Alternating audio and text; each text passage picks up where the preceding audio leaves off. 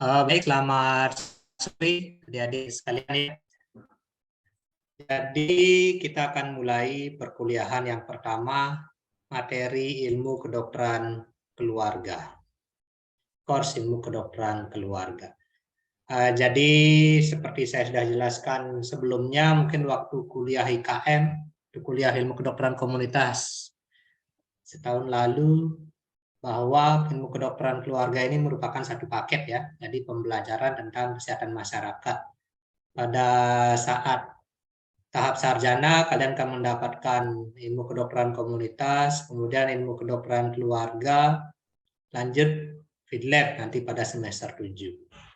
Nanti pada saat koas kalian akan mendapatkan stase IKM 10 minggu, kemudian stase ketpar selama 4 minggu. Jadi kita sudah sampai di tahap 2, ilmu kedokteran keluarga. Kalau yang kemarin ilmu kedokteran komunitas atau ilmu kesehatan masyarakat, kita belajar secara umum, komunitas secara umum. Kalau sekarang komunitasnya lebih spesifik lagi, kita akan membahas di tingkat keluarga. Bagaimana sih memberikan pelayanan kesehatan primer, jadi layanan kesehatan primer ya, di tingkat keluarga. Nah ini nanti pelaksanaan perkuliahan daring dan luring ya, daring dan luring. Untuk kali ini kita lakukan secara daring. Nanti mungkin kalau ada kesempatan kita akan lakukan secara luring. Nanti koordinasinya Krisna bisa koordinasi terus dengan saya. Kemudian sharing dilarang off camera. Nah ini peraturan gini ya, memang dari prodi ya. Jadi diharapkan semua mahasiswa itu tidak ada yang off camera. Karena kalau off camera itu sambil tidur nanti kuliahnya. Nah, itu. Jadi saat daring harus kamera dalam posisi on. Kemudian absen akan dilakukan secara acak. Jadi saya akan panggil satu-satu tapi acak. Sekali absen itu paling 10 orang saya absen. Yang tidak saya panggil berarti beruntung. Yang saya panggil saya harap ada.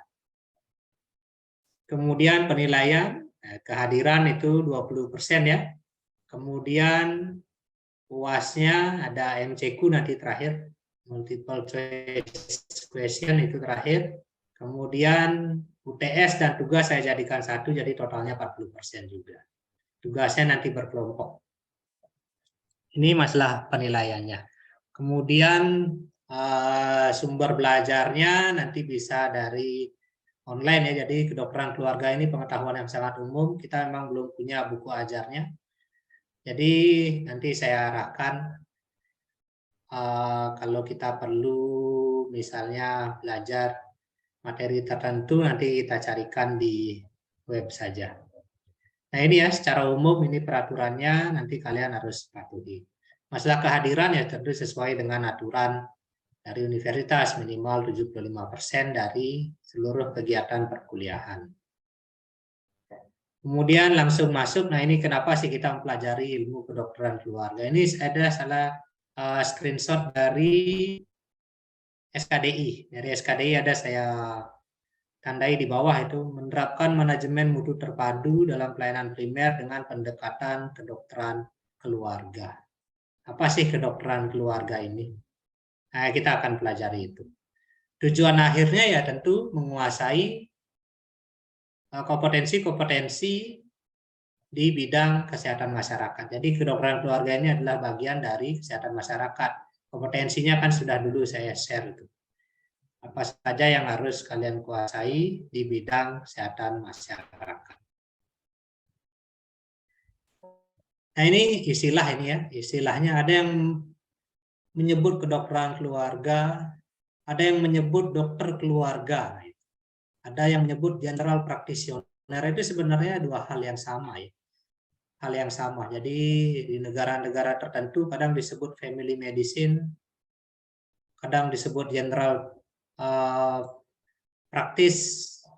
Nah, kalau di Indonesia kita yang umum adalah memakai kata-kata general practice, dokter umum. praktek umum gitu kan, dokter praktek umum. Ini yang sering. Tapi kalau di tempat lain ada yang menyebutnya family medicine. Nah, sekarang di Indonesia sudah mulai mengadopsi family medicine. Ini sudah mulai diadopsi family medicine ini. Tapi belum begitu populer sih, jadi sudah mulai.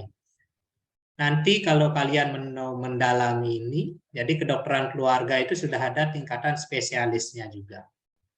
Ada dokter umum, kayak saya, misalnya saya kan dokter umum, saya bukan spesialis. Saya dokter umum, ingin meningkatkan kompetensi saya, tapi saya ingin tetap di layanan primer. Ingin tetap di layanan primer. Saya bisa ikut, misalnya karena sudah ada pasien langganan gitu ya, kalau kita dokter umum sudah punya pasien langganan jumlah tertentu gitu. Sayang banget kalau kita tinggalkan jadi spesialis dan kita tidak boleh melayani layanan primer lagi. Sayang banget kita sudah punya pasar, tapi ingin belajar, ingin menambah ilmu, ingin meningkatkan kompetensi. Ya, nanti bisa kalian lanjut sekolah ini ya, sekolah spesialis, nanti gelarnya SPKKLP, spesialis kedokteran keluarga layanan primer. Itu ada di UGM sama di UI, ada 2 sekarang itu spesialisasinya. Bedanya apa? Jadi kompetensinya berbeda ya. Kalau dokter umum kayak saya hanya boleh menangani 144 diagnosis. 144 diagnosis di layanan primer. Tapi kalau dia sudah lanjut lagi mendalami kedokteran keluarga, akan meningkat lagi. Saya tidak tahu persis berapa jumlahnya untuk dokter keluarga, tapi tetap layanan primer. Misalnya salah satu contoh USG ya. USG saya itu sebagai dokter umum saya sudah lupa. Saya tidak bisa meng-USG, menentukan apakah ini plasenta akreta, apakah ini gemeli, kembar, atau gimana, saya sudah lupa. Nah, kalau yang dokter keluarga ini, yang spesialis dokteran keluarga, dia mau USG juga bisa. Jadi melayani orang hamil yang dalam batas yang dalam kondisi normal, mendiagnosis di layanan primer itu bisa. Nah, ini sebuah peluang ya, nanti ini adalah masa depan. Masa depan kayaknya dokter umum semua akan beralih ke spesialisasi. Jadi walaupun di layanan primer tetap dia dalam bentuk spesialisasi. Sama katanya kalau di Australia. Kalau di Australia semuanya adalah spesialis. Yang boleh praktek itu adalah spesialis. Jadi kalau kalian sudah tamat dokter, kalian harus magang dulu untuk mencari spesialis layanan primer. Nanti kalau di Indonesia belum diwajibkan sih, dari dokter umum masih boleh praktek. Cuma nanti kalau ingin mendalami di layanan primer, kalian bisa melanjutkan tingkat spesialis kedokteran keluarga layanan primer. SPKKLP kalau di Buleleng masih belum ada. Yang ada di Denpasar sudah ada. Yang praktek kedokteran keluarga. Terus dari segi BPJS ya, dari pembiayaan, jadi kita semua kan hampir semua kita sekarang pembiayaan kesehatan ditanggung oleh jaminan kesehatan yang namanya BPJS. Jadi dari BPJS pun mendorong supaya dokter-dokter umum itu meningkatkan kompetensinya. Karena apa? Semakin banyak penyakit yang selesai di layanan primer, maka negara akan semakin banyak bisa berhemat. Jadi pembiayaan kesehatan kalau sudah jatuh ke layanan sekunder itu biayanya jauh lebih mahal daripada diselesaikan di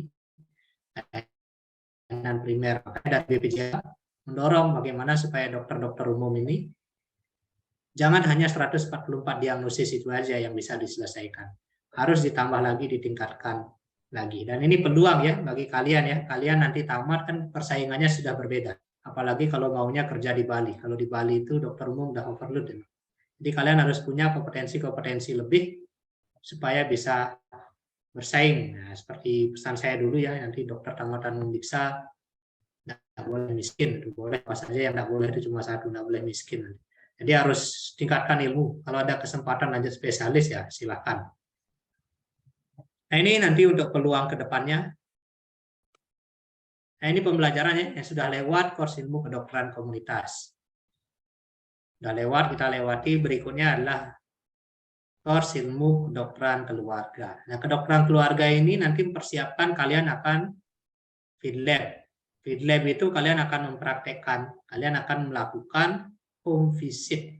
Home visit itu mendatangi rumah pasien. Apa saja yang nanti didatangi, apa yang dinilai dari rumahnya, dari segi hubungan keluarganya, dari segi bukan hanya penyakitnya ya, dari segi ekonomi kita juga pertimbangkan, dari segi sosial, budaya, agamanya apa, itu kita pertimbangkan semua.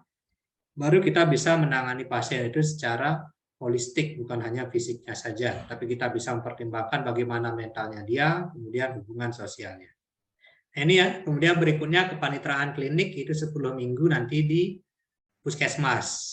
Nah, ini sekarang yang koas itu ada di 3 puskesmas saat ini, kakak tingkat kalian. Diastase ilmu kesehatan masyarakat. Nah, nanti terakhir sebelum tamat baru masuk panitiaan kedokteran pariwisata itu selama 4 minggu, 3 minggu. Selama 3 minggu nanti terakhir kalian akan stase kedokteran pariwisata, sama ke masyarakat juga, cuma khusus sekarang masyarakatnya ya masyarakat daerah wisata, termasuk wisatawan yang datang. Kalian belajar bagaimana kalau melakukan home visit ke wisatawan. Nah, home visit ke wisatawan ini prospeknya juga sangat bagus ya. Jadi kalau kita bisa melakukan home visit dengan baik, bagaimana membuat rekam medis yang baik, pelayanan yang baik, itu sangat bagus peluangnya ya. Bandingkan saja kalau kita melayani pasien dari Indonesia, misalnya kita kan standar tarifnya tarif Indonesia. Paling ya 100 sampai 200. Tapi kalau 100.000 sampai 200.000. Tapi kalau kita bisa melayani wisatawan, home visit juga itu ya standar wisatawan $80 kalau tarifnya biasanya. Oke, nah ini masuk ke 9 prinsip dasar pelayanan dokter keluarga. Nah, ini tujuannya adalah bagaimana kalian bisa praktek dengan melaksanakan 9 prinsip dasar ini. Yang pertama harus holistik dan komprehensif. Holistik itu maksudnya bukan cuma pasien sakit kepala, ya bukan kepalanya aja diobati, tapi seluruhnya, fisiknya kepalanya bagaimana, jantungnya bagaimana, lambungnya bagaimana, penglihatan bagaimana, kemudian dari segi mentalnya bagaimana, sosialnya bagaimana. Itu namanya pelayanan holistik. Nah, itulah yang disebut sebagai dokter keluarga. Jadi ada kata-kata keluarga, jangan langsung berpikir hanya keluarganya ditangani. Bukan seperti itu ya. Jadi itu dokter keluarga itulah sebuah istilah ya.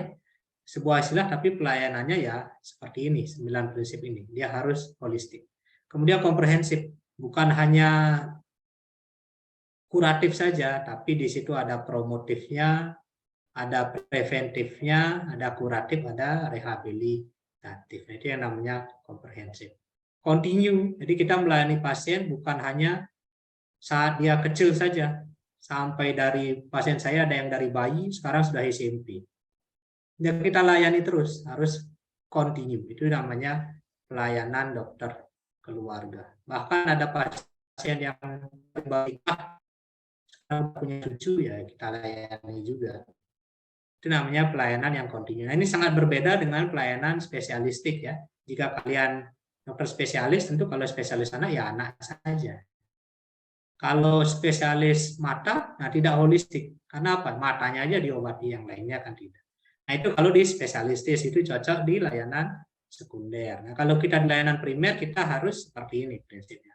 Holistik, jadi pasien sakit mata ya jangan matanya aja dilihat-lihat, apa sarafnya bagaimana, lihat jantungnya bagaimana. Nah, itu namanya pelayanan yang holistik. Kemudian kontinu ya bukan hanya anak-anak saja, sampai yang sebelum mati juga kita layani, dari yang baru lahir, bahkan dari yang dalam kandungan ya.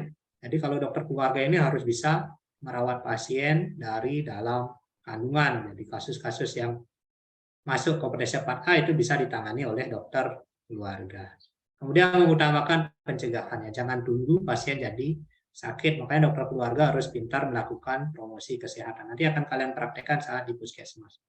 Koordinatif dan kolaboratif. Jangan lupa berkoordinasi dengan teman dari nakes yang lain, dengan bidan, dengan perawat, dengan ahli gizi. Kita berkoordinasi, kita berkolaborasi.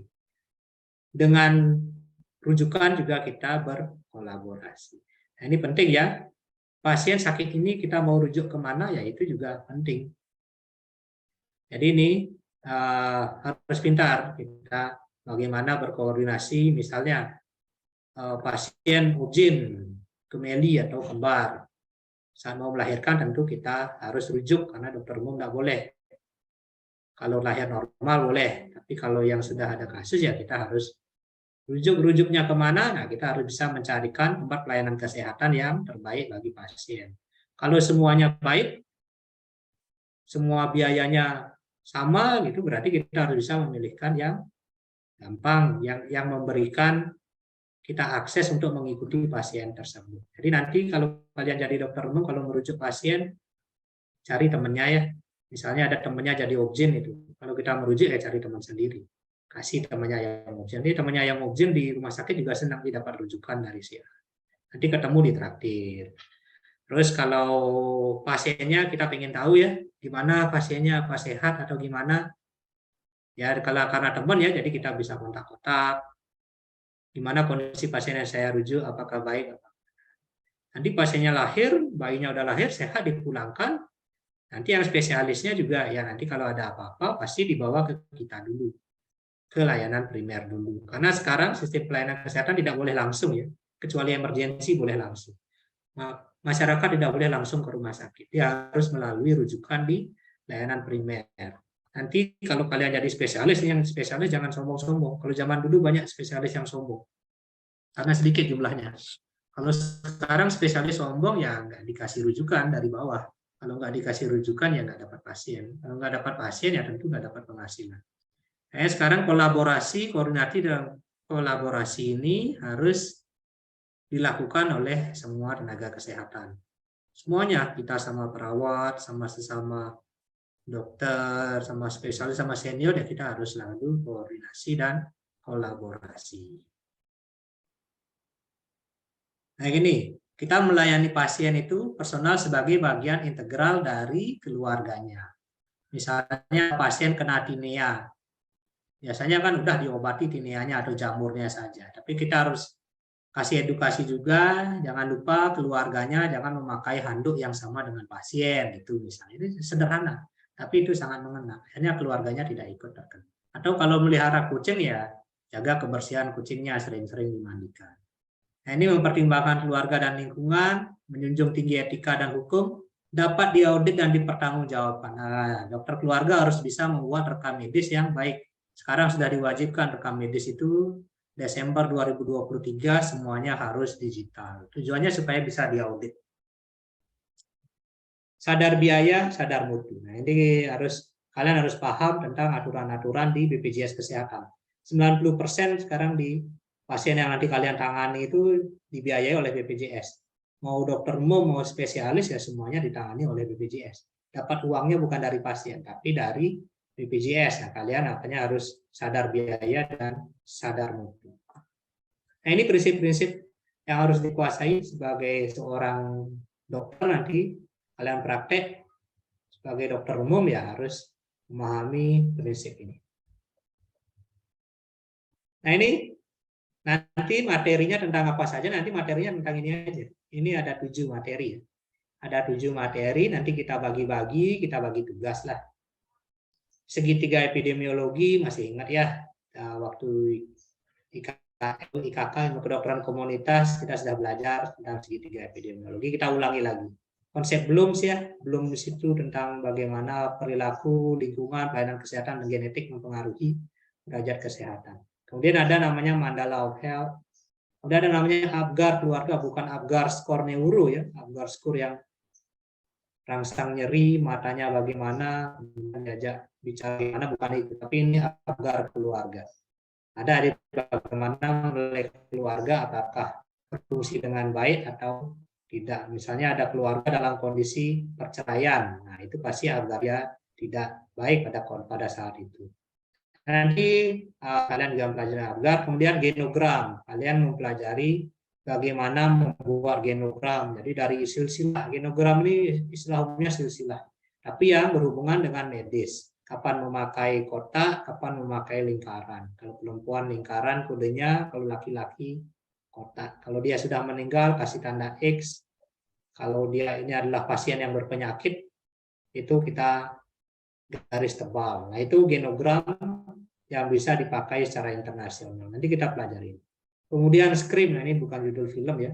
SCREAM ini S-nya sosial, culture, religion, economic, education, medical.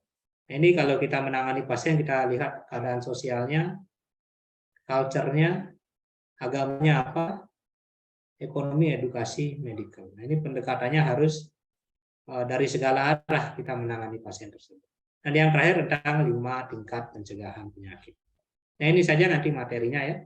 Tujuan akhirnya adalah kalian bisa memberikan pelayanan kesehatan dengan pendekatan kedokteran keluarga seperti amanat dari SKD. Nah, ini yang akan nanti kita pelajari. Nah, ini secara ringkas ya. Jadi kalau ada keluarga, kita menangani semuanya, bukan hanya anaknya saja, bukan hanya kakeknya saja. Kita menangani semuanya. Dari anak ini nanti jadi nenek-nenek juga tetap kita tangani. Kalau kita jadi dokter keluarga. Kalau sudah ada keluarga yang cocok dengan kita, nanti dia punya anak ya ke kita lagi.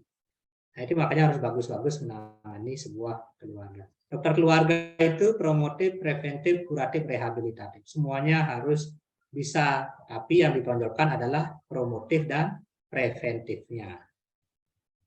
Supaya pasien itu tidak sakit, tidak jatuh sakit. Kalau dokter layanan sekunder ya berbeda, dia juga bisa promotif, preventif, kuratif, rehabilitatif, tapi yang paling utama adalah kuratif dan rehabilitatif. Yang dokter layanan sekunder dapat pasien dari mana? Ya tentu dari rujukan dokter keluarga. Nah ini ya, jadi sekarang ini sistem kesehatan sudah sangat ketat. Pasien itu tidak boleh langsung ke spesialis kalau mau dibiayai. Makanya sekarang itu dia nyari rujukan dulu, nanti dokternya yang merujuk ke spesialis mana yang paling cocok. Nah itu adalah sistem kesehatan di Indonesia yang berlaku saat ini. Baik, demikian ya. Jadi ini hanya pendahuluan saja. Kita mulai materi minggu depan. Minggu depan saya akan berikan overview tentang tentang ini. Jadi 7 materi ini yang harus kalian kuasai. Saya overview dulu. Nanti berikutnya kalian yang presentasi masing-masing. Misalnya kelompok 1 dapat tentang segitiga epidemiologi dan supaya nanti kita minggu depan kita bagi-bagi tugasnya.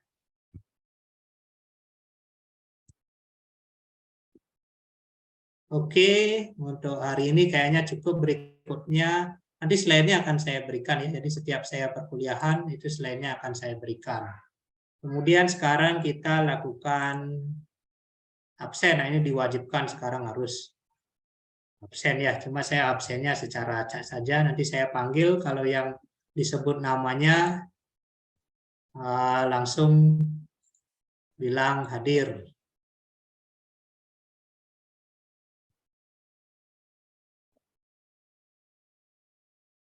Bentar.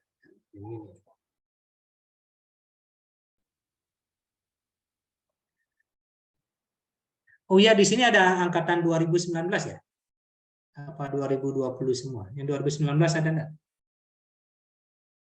Nggak ada ya, jadi semuanya 2020. Oke. Misi dokter, selamat siang dokter. Oh Andre. Oke Andre, ya. Kamu masuk kelas apa Andre?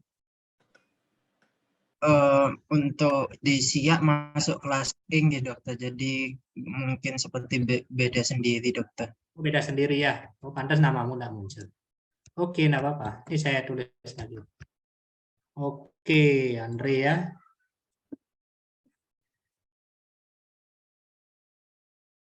Rada Karisma ada? Hadir dokter. Oke, Rada. Aditya Mahardika? Hadir dokter. Oke, Aditya hadir. Fatir Abidillah? Hadir dokter. Oke, Fatir Adil ya. Refil ada Refil? Hadir dokter. Oke. Clary Adinda ada? Hadir dokter. Devananda ada? Hadir dokter. Ananda hadir. Oke. Adi Wirayuda? Hadir dokter. Oke, hadir ya. Ayudiah Suryandari? Hadir dok. Ayudiah, oke hadir. Ananda Ticesa? Hadir dokter. Oke. Anugrah Priyatama? Hadir dokter. Hadir ya. Citra Arismayani? Hadir dokter. Oke, sudah ya, berarti saya anggap semua hadir. Baik, sampai jumpa di pertemuan berikutnya. Untuk pertemuan berikutnya kayaknya kita masih luring ya, karena masih materinya masih umum. Jadi kita daring. Atau nanti hubungi aja dulu saya ya. Kortinya nanti Krisna hubungi dulu saya. Kita nanti sepakati daring apa luring. Jadi minimal itu setengahnya harus luring. Itu peraturannya. Baik, sekian pertemuan kali ini. Nanti slide yang saya beri hari ini akan saya bagikan ke Kortinya. Oke, mau ditutup dengan doa dulu. Krisna, Terima silakan. kasih dok.